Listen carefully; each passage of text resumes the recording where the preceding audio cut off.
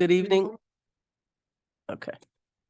Good evening, everyone. It is Wednesday, 7:30 p.m. and we are delighted to be back for the first time since COVID in the courthouse for our meeting, our new village insignia behind us. Beautiful. So we'll do the pledge and then we'll go into the meeting.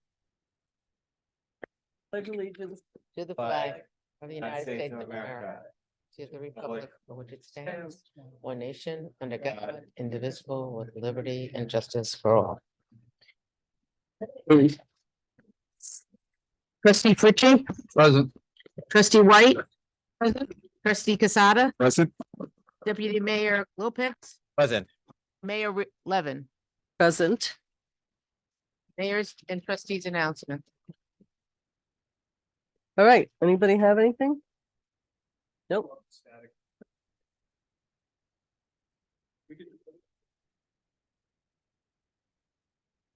Okay. Sounds like a plan. We have the Hispanic Heritage Month. I'm afraid to say the date. I think it's Sunday, October 15th, right? I'm afraid to say because I believe this is the third try, given the really awful weather that we've been having. So hopefully the community will come out for that. And we don't have a lot of announcements today. I will say that I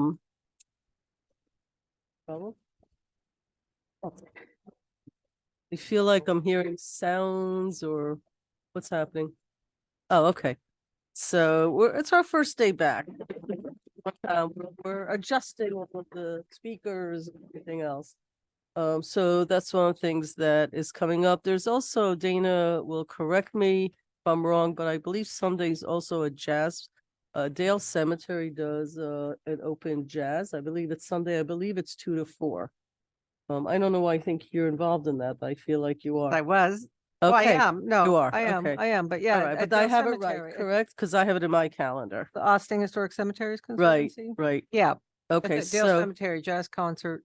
I did not go last year, but I have gone in the past, and it's really a cool thing. It is. It's a lot of fun. And we have a lot of musicians in the Ossining area, so always nice to see what's going on. And be on the lookout for the tag sales. They're already up on the lawns. What more fun can you have than going from tag sale to tag sale to recycle what somebody may no longer see valuable, but maybe just the right thing for your home or your family, etc. So tag sales are great fun, and Green Ossining is sponsoring for the town and the village, as they have for years now, a wonderful tag sale. Look for those lawn signs. And we are ready to go. All right, administrative reports. Village Manager Karen DeTore.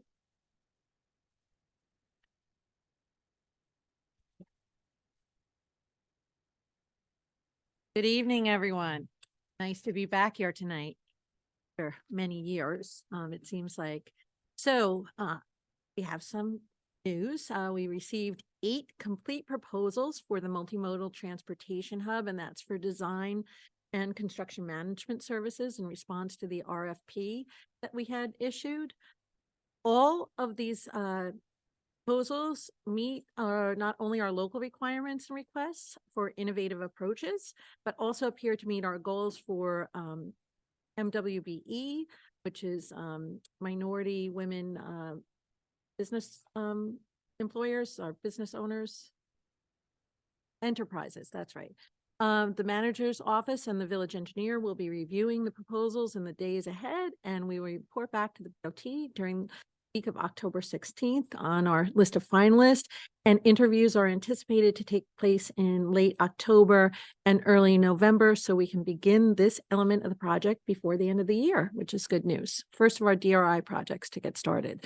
We also received 5 proposals for Labor Council as part of our scheduled review of all professional services. We will be reporting back to the board on these as well, and we anticipate timing for the interviews with the selected finalists will also happen in the late October, early November period. We met this morning with our new parking enforcement vendor, FBS, who shared some good news. We are making great strides in developing a more comprehensive and comprehensible parking program through the village, including some customer service improvements such as on-buy non-tickets, which is making it easier for people to actually comply and pay their tickets. And we were working to add a QR code to the ticket to make payment even easier. Unfortunately, parking tickets are a fact of life, but we are doing everything we can to make our rules easier to follow, and when they aren't being followed, easier to remedy.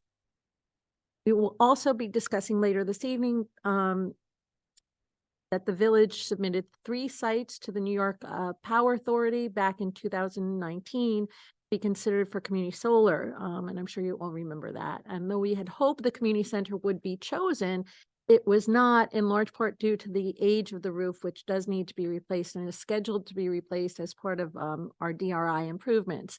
However, coupled with the funds from the DRI, we're hoping to address the roof condition in the coming years, actually sooner rather than later, and have applied to Assemblywoman Levenberg's office for a $250,000 CREST grant for a solar installation. We also applied at the 125 levels. The Assemblywoman suggested we apply the same project for both funding levels to better our chances that we get some money for the roof. And this should help offset the cost of construction and meet the goals for decarbonization that we'll have on this project. That is my report for this evening.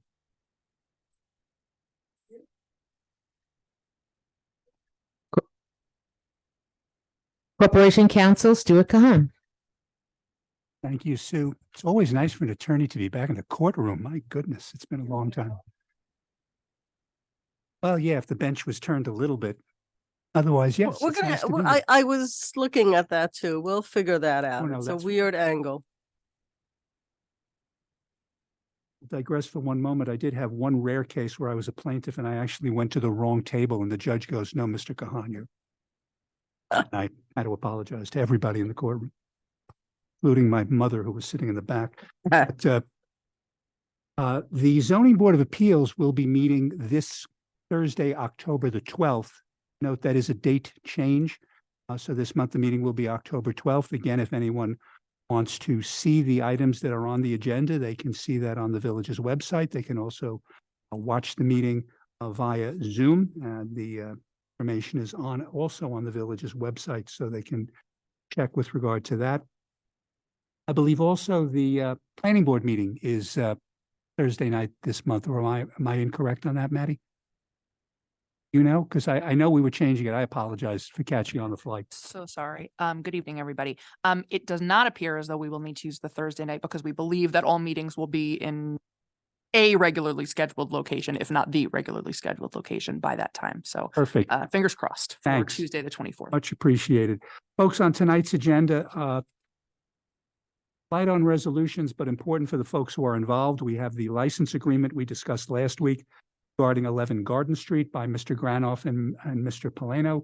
We have an amendment to the agreement with our third-party administrator, TriStar Enterprises.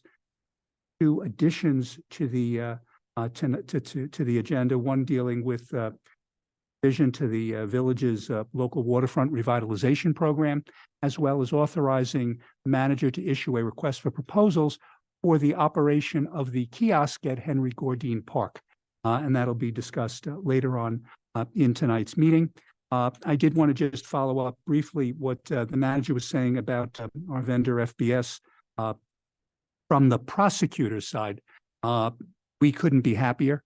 It is a very easy program to use. It is now available both on my desktop as well as in the computer that is in the back where the prosecutor is located. We can search by license plate numbers. We can search by names.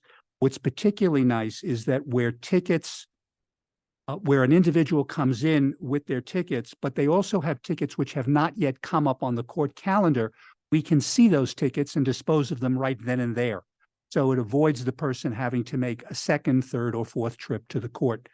So it's, you know, from my perspective and from my deputy's perspective, it is a much your system. We're able to print the calendars, frankly, weeks in advance now.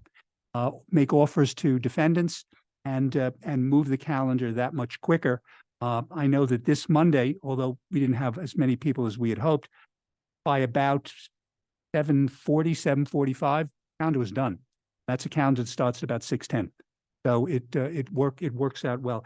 And the advantage of having the code calendar just before is that if the code calendar concludes quickly, which it did this Monday, we're able to start the parking calendar that much faster. So, but I do want to thank Maddie and all the folks involved there, because at least from our perspective, that vendor has been really doing a great job, and it's made my life easier. And I know the clerks in the courts' life easier as well. Thanks. Thank you. Okay. Police Chief Kevin Sylvester. Good evening. Just a few quick things from the police department. Officer Pilati, who was sworn in last week, has now started and is in field training here. Additionally, we've begun canvassing for our next round of hires with a number of vacancies, seeking to fill all of those for the next academy class in January. My last staffing thing for tonight is Detective Ed Walker has been granted retirement. He'll be leaving us tomorrow. After about 20 years of service, he's been with the village for probably closer to 30, 35 years. Before this, he worked in recreation. He's a member of the Ossining High School Athletic Hall of Fame. Ed is a bit of an Ossining legend, so he'll be missed sorely. In terms of other operational stuff for the police department, our focus right now is on traffic.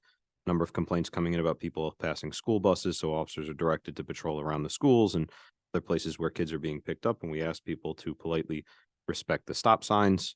Enforcement will be following. Over the next couple of days, I'll be following up on some of the police reform initiatives discussed last week. Tomorrow, I have a meeting with the Police Reform Advisory Committee, and Tuesday, I'll be meeting with the Loft to discuss some of our LGBTQ plus policies and procedures. That's all for tonight. Thanks. Thank you. Thank you. Organizational announcements. Announcements must be event related only and must be no longer than 2 minutes in length. Is there anyone on Zoom that would like to do an organizational announcement? Public comment on agenda items. Visitors are accorded a 4-minute opportunity to address the board on any resolutions on the agenda. Is there anyone in our virtual world that would like to do that? Okay, moving on. Visitor recognition. Visitors shall be accorded a 3-minute opportunity to address the board on issues not relating to the agenda, but relevance to the good of the village. Is there anyone in our virtual world that would like to do that? Seeing no one? Village Board resolutions, approval of minutes, September 20th, 2023. Resolved that the Board of Trustees of the Village of Ossining hereby approves the minutes of the September 20th regular meeting as presented. Do I have a motion? So move. Second. Any comments? All in favor? Aye. Aye. Approval of minutes, September 27th, 2023, special meeting. Resolved that the Board of Trustees of the Village of Ossining hereby approves the minutes of the September 27th special meeting as presented. Do I have a motion? Second. Comments? All in favor? Aye. Approval of voucher detail report, October 4, 2023. Resolved that the Board of Trustees of the Village of Ossining hereby approves the voucher detail report dated October 4th, 2023 in the amount of $676,177.62. Do I have a motion? So move. All in favor? Aye. Okay. License agreement, 11 Garden Street. Resolved that upon review of the Corporation Council, the village manager is authorized to sign a license agreement with Brian Grandoff and Jeffrey Polano, the owners of 11 Garden Street, 89.15-3-24. Is their lot number? For the replacement and reconstruction of steps and a sidewalk at a property where a portion of the steps encroach on village-owned property, and be it further resolved, the owners shall apply for all necessary permits for the work. Do I have a motion? So move. Second. We discussed this last week, but any other comments? All in favor? Aye. Amendment to the agreement for TriStar Risks Management. Whereas TriStar Risk Management Corporated, TriStar, provides third-party claims administration services for the village pursuant with the claims service agreement effective September 15th, 2020. And whereas the 3-year agreement scheduled to expire on December 31st, 2023 includes annual service fees based upon newly reported feature threshold of 20 new claims per year. And whereas the agreement provided shall be the actual average claim volume for the indemnity claims exceed or the estimated newly reported feature threshold by 10% or more. Oh, they didn't agree. Then both parties will agree to negotiate in good faith and a reasonable increase. And whereas for the annual period commencing September 15th, 2022 and ending September 14th, 2023, 43 new claims were reported, which represents 43 claims were reported, which represents 23 claims above the newly reported feature threshold. And whereas the Village and TriStar has discussed the reasonable fee increase resulting in the increased claims as provided in the agreement, now therefore be it resolved, the village manager is authorized to execute such documents that are necessary to amend the agreement and provide for the fee increase of $17,940. Do I have a motion for the amended resolution? So moved. Second. Any comments from the board? No? All in favor? Aye. Continuing business of the board. Train station parking during solar installation. Did we want to discuss that? Yeah, that's nice. Who's speaking about this? So Maddie has, Assistant Village Manager has a presentation, so we'll be able to see it on the screen. Thank you, Karen. Good evening, everybody. So Jamie's going to bring up the presentation. Really nothing here is new information, but we just wanted to sort of share the graphics as well. So Jamie, if you go to the first bubble, very hard to read. Boo. That's okay. So Manager DeTore described this just a little bit in her opening remarks, but just as a recap, in 2019, the village submitted to the New York Power Authority, or NYPA, 3 different municipally owned sites there for community solar installations. 2 of them were chosen. One was the back garage at the Operations Center, which, as everybody knows, went online earlier this year. And the other, besides the community center, which Karen mentioned earlier, is the train station parking lot. So again, this is the sort of linear parking field on the east side of the train tracks.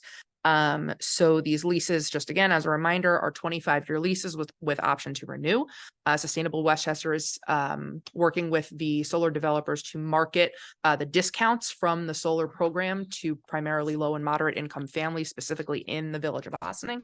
And we are getting some modest lease payments in exchange for this. The train station is a little bit more exciting because it has the added benefit of being able add protection from rain, snow, and sun to cars that are parked down at the train station. And it's also going to have at some point some electric vehicle charging elements to it as well.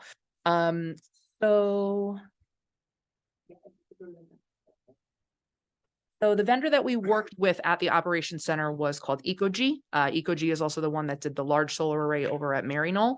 The vendor who chose the train station site is a different one who we've not worked with before, called DSD. So Stuart has been in close touch with their team, as have I, as has Karen, as has Paul, as has our building inspector, Joe Augustinelli. So we have a bi-weekly meeting with them where we go over sort of their progress in the process. The thing that we've been sort of held up over most recently is what's called a Caesar study. That is something that Con Edison basically has to determine how much infrastructure is required in order to tie into the system. So I sent the board an email just sort of describing that process probably about a week or 2 ago.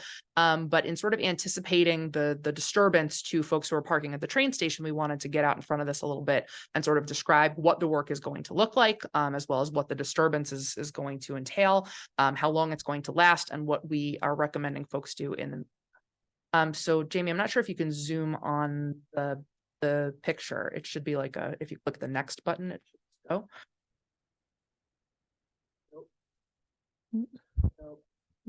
There we go. Oh, you're there. Okay, perfect. So you can sort of see the left side of the screen is the southerly end of the parking lot. And so you can sort of see the different elements of phases. But basically, the panels are meant to cover that little short stack on the southern side.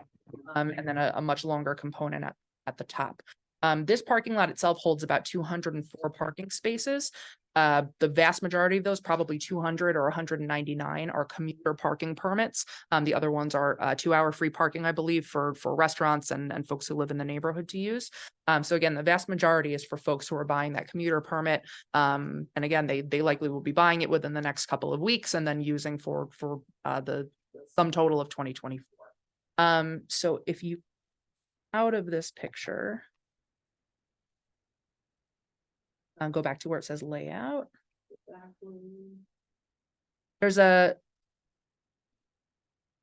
we go. So the right-hand panel. So it's basically a description of the 3 phases. I'll leave this up on the screen for a little while. I know it's not super easy to see, but we can post this as well. That basically describes the 3 phases. Karen and I had an additional meeting with this team last week. Because of the Caesar study taking a little bit longer than anticipated, a couple of different things happened. One is that some of the financing had to be moved around. All of these things are things that we're working out with DSD presently and should have a minimal effect on project at the end of it. But what we did talk about was the timeline. So we had originally thought we were going to break ground in the month of September 2023. Obviously, the Caesar study held us up a bit, and then they were talking about a January groundbreaking. So obviously, this is going to be disturbing parking for quite a few people.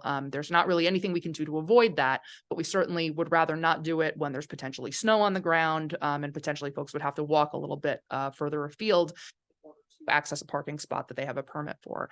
So we talked to the folks at DSD, and they agreed that they're going to move back their start date until March 4th. And it's going to be about 8 to 10 weeks of disturbance. So a little over 2 months. And that's a very conservative estimate. It's likely to be shorter than that. But Jamie, if you go to the little dark blue bubble on the bottom,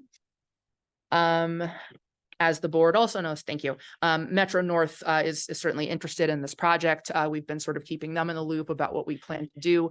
The parking spots that they own are not at all affected by this, but they did ask just so that they can make sure that their customers are being communicated with, that we come up with a parking displacement plan, which we've been working on. You can see on the screen, this is an outdated map. This is something Metro North produced for us back in 2021. And as this board knows better than anybody, we've had quite a few changes since then. But just as a visual description, these are all of the areas that are parking assets for the Metro North Station Village. So basically that big, I don't know if you can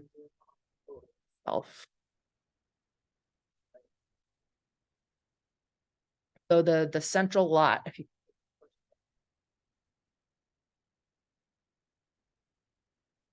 yes.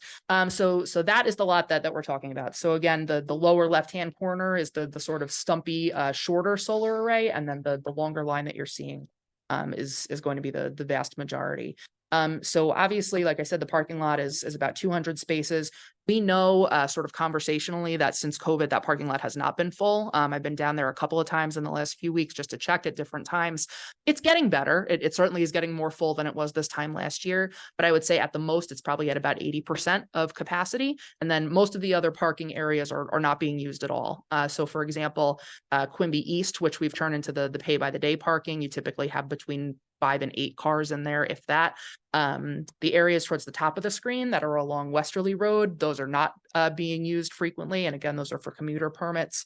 Up Central Avenue, certainly nobody is using those spaces. And then the lot on Lower Main Street, which you can see right at the bottom of the screen, that tiny little triangle there, that is also a commuter permit lot that is sitting unused during the day. So we, again, in speaking with Metro North, are starting to put together a parking displacement plan. This is something that's passed muster with them and with Sue's office as well. So we have a solution for, I think it's 96 of the 200 parking spaces that without lifting a finger, we can very easily give people access to. We can certainly work with DPW and make sure that there's appropriate signage, but we want to make sure that we can accommodate as many folks as possible. If the board feels very strongly, we could also explore a couple other options. One of them is the other pay by the day area, which is along Quimby Street on the western side of the tracks. I think that one is probably being used a little bit more because it's also used by folks going to the restaurant. So I think that would sort of be the last place I would encourage folks to look.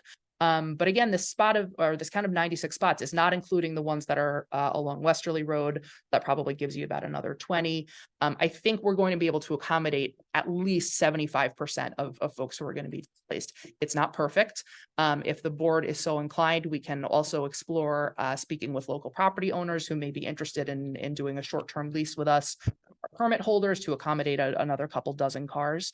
But again, this is, we have a couple months to sort of work around this and make sure that everyone is well aware in advance of permit season. So we wanted to bring this to the board. If you back out, just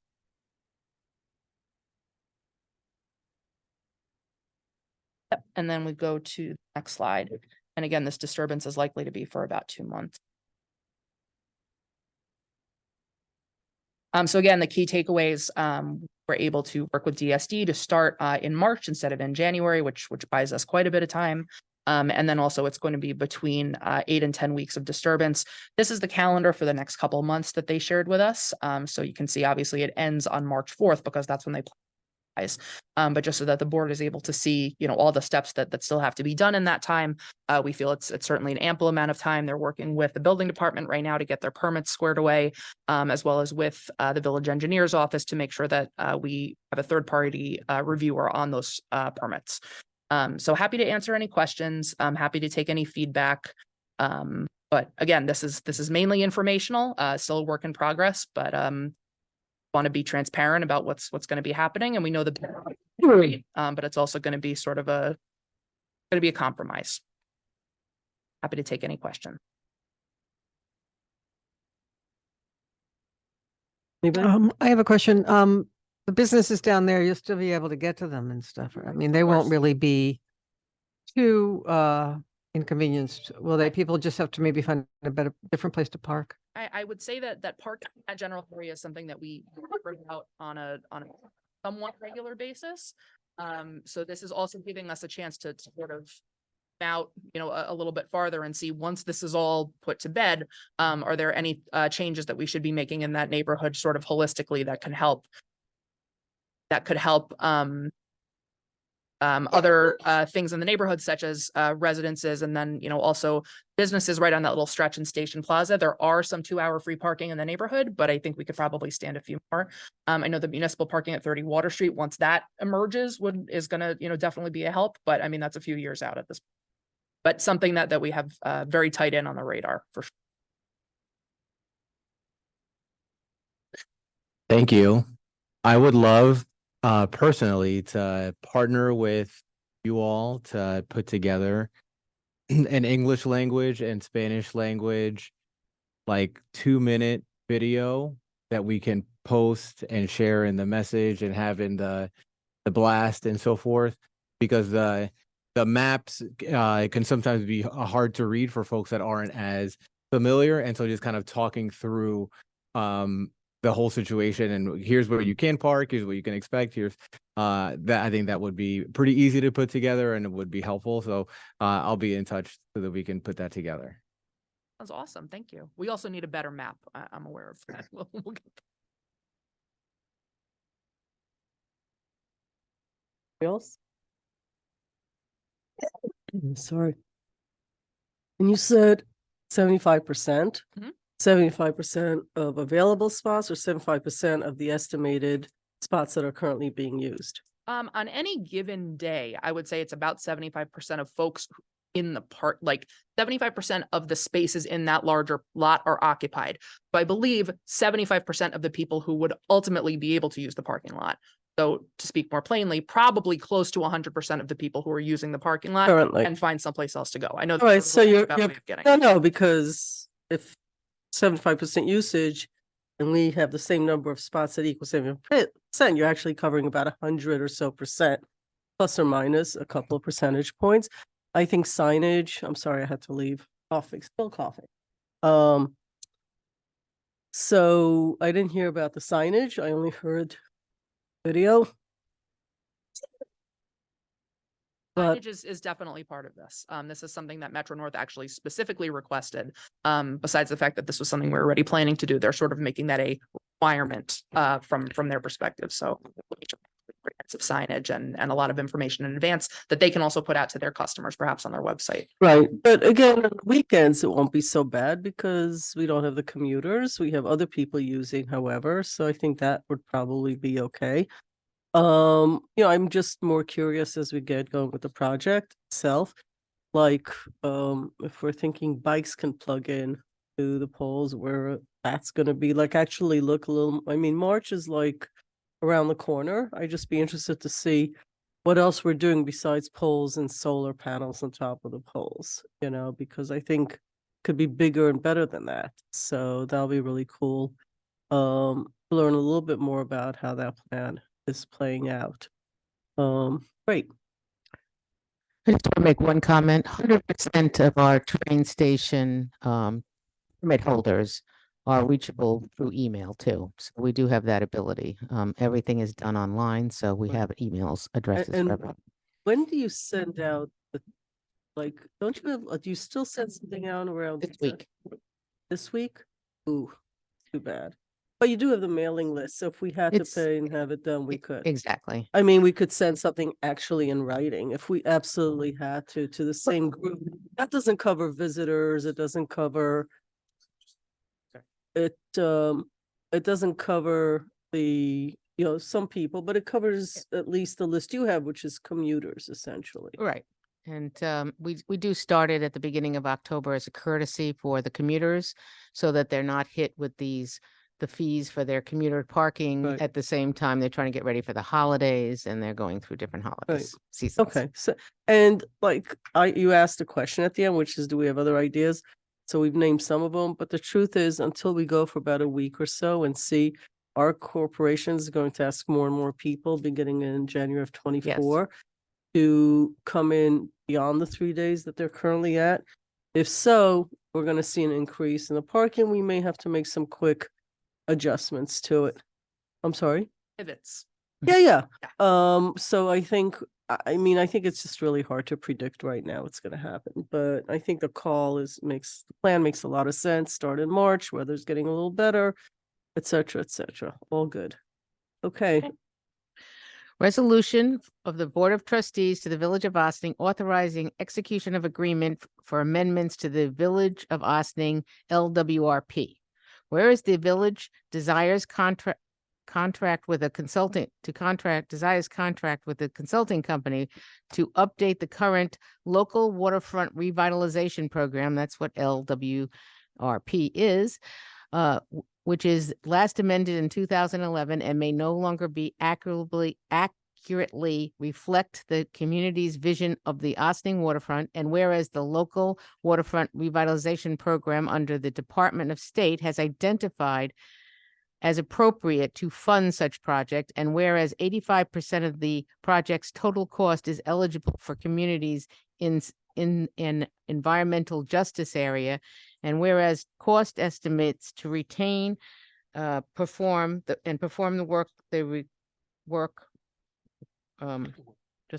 right, to be obtained in the amount of $125,000. And whereas on July 20th, 2022, the Village Board of Trustees authorized the village manager to file an application for said program, which resulted in an award of $106,250 with an $18,750 local match via the 2022 Consolidation Fund Application CFA process.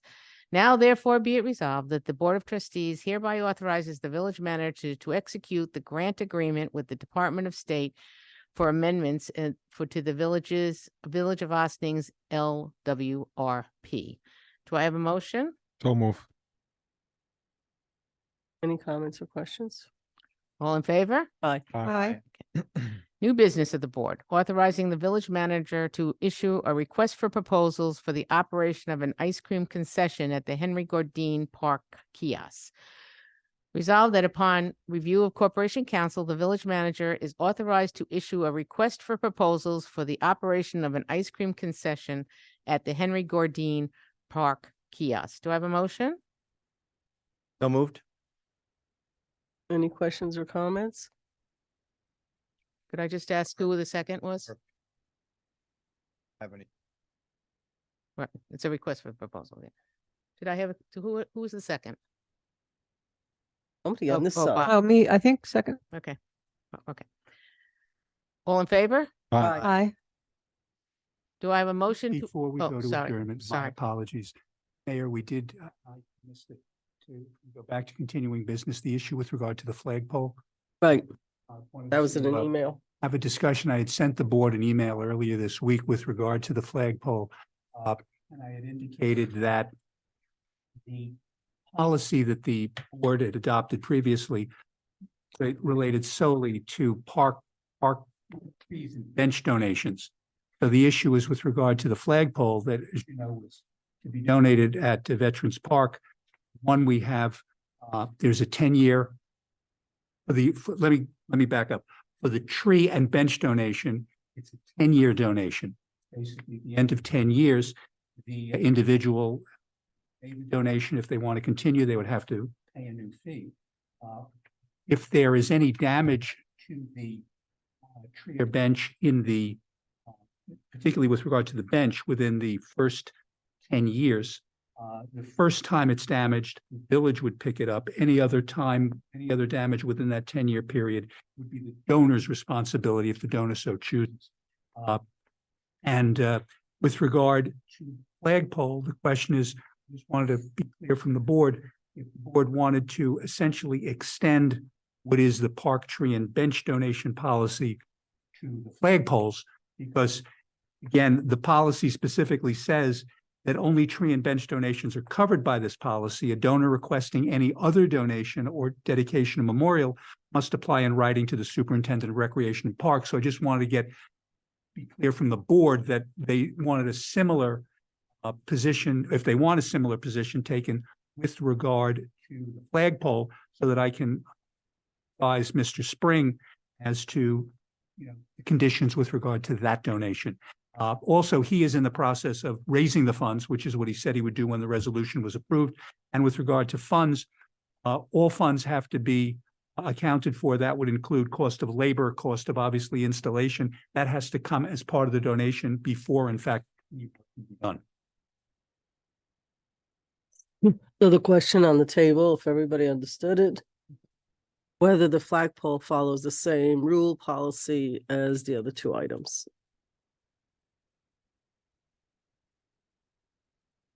Can it just be amended to add flagpoles, park benches, trees? If that's what the board desires to do, that can be done. So I would just say that I was on the committee when the decision took somewhere like 18 months to put together. The reason being is they decided, let's take an inventory of all the stuff out there. That's what took 18 months. They couldn't even figure out all the stuff that's out there. So then they put this policy, and the reason flagpoles and a couple of other things came up, cannons, some other stuff, didn't, statues, water fountains with people's names, there were other things. The reason they did not add, they only did the benches and that is because, as it says in the policy, anything else you have to go to the superintendent, which then the board has to, because benches and other things you can have multiples of, but all this other stuff, it implies that you can put it in to have flagpoles. You have more than one. So that's why they didn't add all these other things, because they felt it would actually be more confusing. That the benches, fine, and all this other stuff that there was a really long list. I just named a few items. So I'm okay with extending it to flagpoles. I don't see a downside or an upside to including flagpoles and all this, because I really can't imagine we should have more than another flagpole or two in any park. Like, how many benches? You could put 50, who cares? Better. That's why they chose. I'm just sharing with you the process because I was involved in it, and why they didn't put all this other stuff in there, and bird baths and like a whole bunch. Get the idea. I just think we should extend the same policy so it's consistent. And if we do get more flagpoles, I doubt it'll be for this park. It'll probably be for the park or some other place that we'll have to. Yeah. It has to be, yes, it has to be approved no matter what item it is, correct? And That 6 is of one, half dozen of the other. I'm just telling you the process we went. I agree with Trustee Fritchie. that you want to add flagpoles to be the third item of the benches, the other one, I'm sorry, Trees. trees, right? Yes. Okay. Anybody else? To me, it's 6 of one, half dozen of the other, but anybody? I'm good. All right, so I'm feeling like we have 3, so we'll add that in. Mayor, the one thing I just want the board to be aware, the policy was adopted in 2019, so any benches that were installed before that date would not be covered. I know. Be covered by the 10-year, so folks are aware. Yeah, Okay. Thank you. okay. Do I have a motion to adjourn to executive session for personnel and litigation? So moved. Second. Felt like there were 3 things, but okay. Something else. Real property as well, Mayor. Oh, Yeah, I'm sorry, okay. real property? Okay. All right. Second? Had a I second second? Okay. I feel like All we in- have a vote. Oh, sorry, all in favor? Aye. Aye.